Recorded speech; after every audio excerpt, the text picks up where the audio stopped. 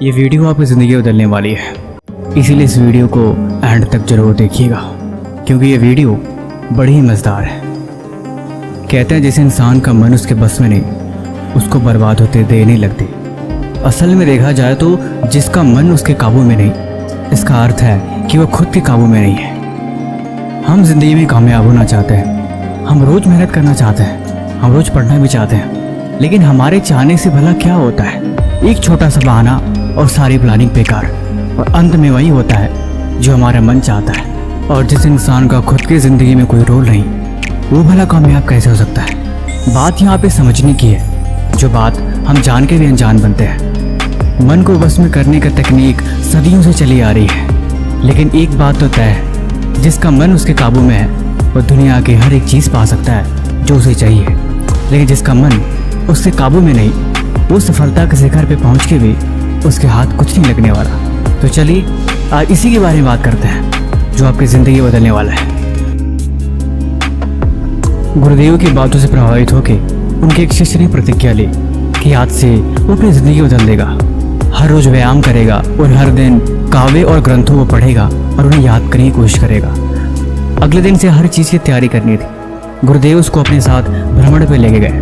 भ्रमण पे जाते वक्त पहाड़ी के नीचे खाई थी। उसने गुरुदेव से बोला कि गुरुदेव इस पहाड़ी के नीचे क्या है? गुरुदेव ने जवाब दिया कि तुम इससे ना ही देखो तो अच्छा है, ये तुम्हारे देखने की चीज़ नहीं, अभी तुम अपने गोल पे ध्यान दो। अगले दिन सुबह उठा, व्यायाम किया, मेडिटेशन करी और किताबों को पढ़ने लगा। वो किताबों को पढ़ रहा था, लेकिन उसका मन बार बार उस खाई पे जा रहा था कि आखिर उस खाई के नीचे ऐसा क्या है जो गुरुदेव ने मुझे देखने नहीं दिया। कुछ तो विशेष बात रही होगी, गुरुदेव ऐसे मना नहीं करते। अगले दिन फिर जब गुरुदेव के साथ भ्रमण पे निकला तो उसने फिर पूछा, गुरुदेव आखिर ऐसा क्या है कि आप उस खाई के नीचे मुझे देखने नहीं देते? अगर आपकी आज्ञा हो तो मेरा मन बहुत चंचल है, मैं उसे देखाऊं तो शायद मुझे शांति मिले। गुरुदेव बोले ठीक है देख लो, लेकिन तुम वहाँ ध्यान से कुछ नहीं देखोगे। उसने बोला ठीक है।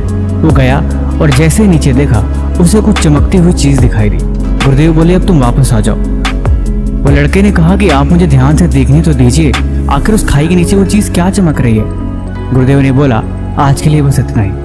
अगले दिन वो फिर पढ़ाई करने लगा, मंत्रों और श्लोकों को पढ़ता, काव्य और ग्रंथों में भी ध्यान लगाता, लेकिन हर काम में अब मन बार बार उस खाई के बजाय उस चमकीली चीज़ में लगी रहती कि आखिर वो चमकती हुई चीज़ क्या है?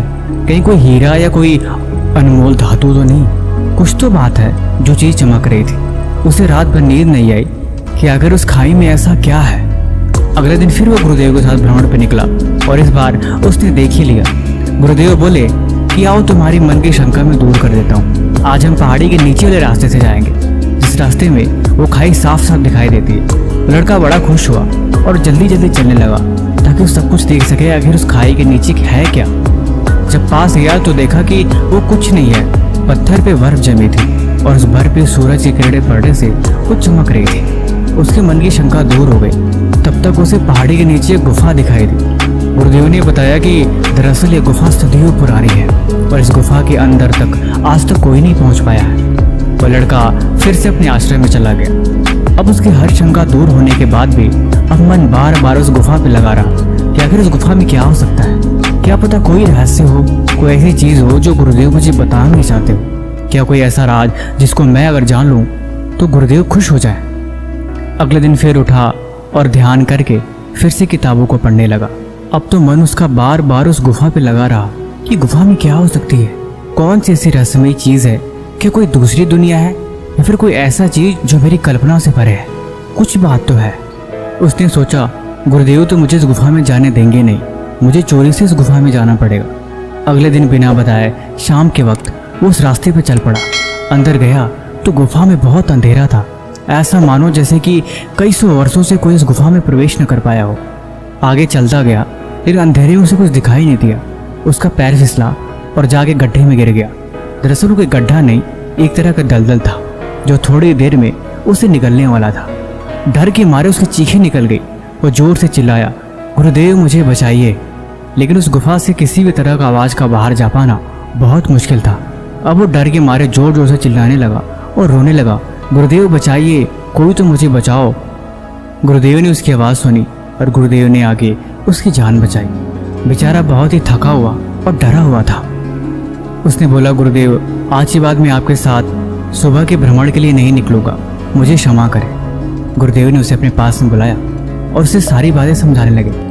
तुमने प्रतिज्ञा ली थी कि तुम कुछ नया सीखोगे, हर दिन व्यायाम, ध्यान, उपनिषदों का ज्ञान और सारी चीजें सीखोगे, लेकिन उसके बाद भी तुमने प्रतिज्ञा तोड़ी। मैं तुम्हें आज यहाँ से निकाल देता हूँ, तुम यहाँ से चले जाओ, तुम्हारी यहाँ पे कोई आवश्यकता नहीं। वो गुरुदेव से माफी मांग लगा कि मुझे क्षमा करिए, मेरे से बहुत बड़ी गलती हो गई, आज के बाद मैं ऐसा कभी नहीं करूँगा।